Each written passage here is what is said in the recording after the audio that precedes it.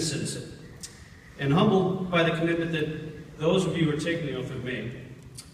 Today, you clear a hurdle that is a result of many years of work, preparation, and patience. Congratulations on your persistence and achievement. Now you enter into a new responsibility, one of being a citizen of the United States.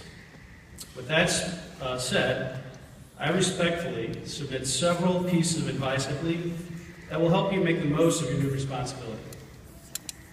First, celebrate and share your ethnicity. You come from all kinds of countries, all over. Ukraine, Russia, Mexico, Peru. We just heard a whole list of countries that are represented here today. Those of us Americans who have lived in this country all our lives want to and need to learn from you. Help us understand your cultures, your foods, your religions. We as citizens of the world are enriched from your insights. My wife's stepmother, Nella, is from the Ukraine.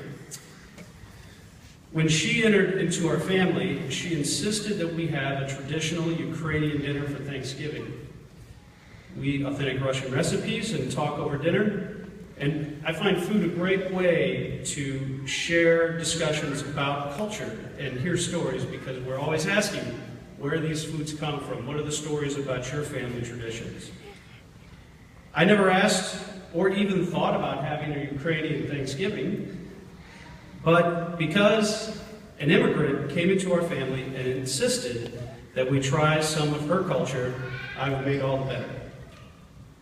Second, engage with American culture. Challenge yourself to reach beyond the comfortable group of family and friends that share your same cultural background. It is natural to connect with those who are most like us. That is evident in the neighborhoods that evolve around ethnic groups. These comfort zones are important, but it is just important to learn about the culture you are entering into. As Judge Rosenstengel said, my wife and I have two adopted children. Our daughter is from China, and our son is from South Korea. We spent several weeks in Asia in the adoption process and enjoyed learning a little bit about the culture. When we came home, Angie, my wife, insisted that we embrace elements of these cultures into our new family. Today, we continue to practice portions of those traditions as part of our new family. It wasn't a comfortable thing necessarily at first, but it's made us better people. It's made our family more open to new cultures. And celebrating these holidays and having discussions about where our children come from and studying the region have all given my wife and I a better understanding of Asian culture and tolerance to all cultures. Third, participate in our country. Our form of government works best when citizens participate. It may not always feel like it or seem like it, but you do have a voice in our country. Know your representatives, understand who is making decisions, and get involved. I have visited with representatives at all levels of government, and my experience has given me great respect for people who choose to engage in political efforts. I cannot overestimate the enormous challenge they have in understanding how laws that they make impact all of us.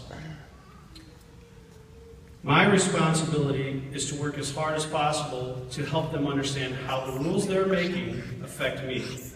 How would a congressman in Washington understand how a law about worker protections affect a pick-your-own-farmer in Illinois?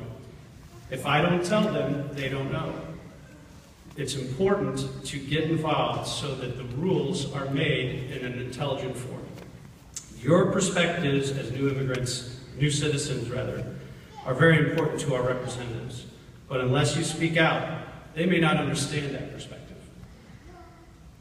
As I stated when I began my comments, you have cleared a great hurdle today. Congratulations on becoming citizens. Your new life as Americans now begins. Take advantage of the freedoms you have been getting by getting involved, and share your history and culture with the rest of us. I am excited you're here, and I'm excited to see what all of you can do. Congratulations.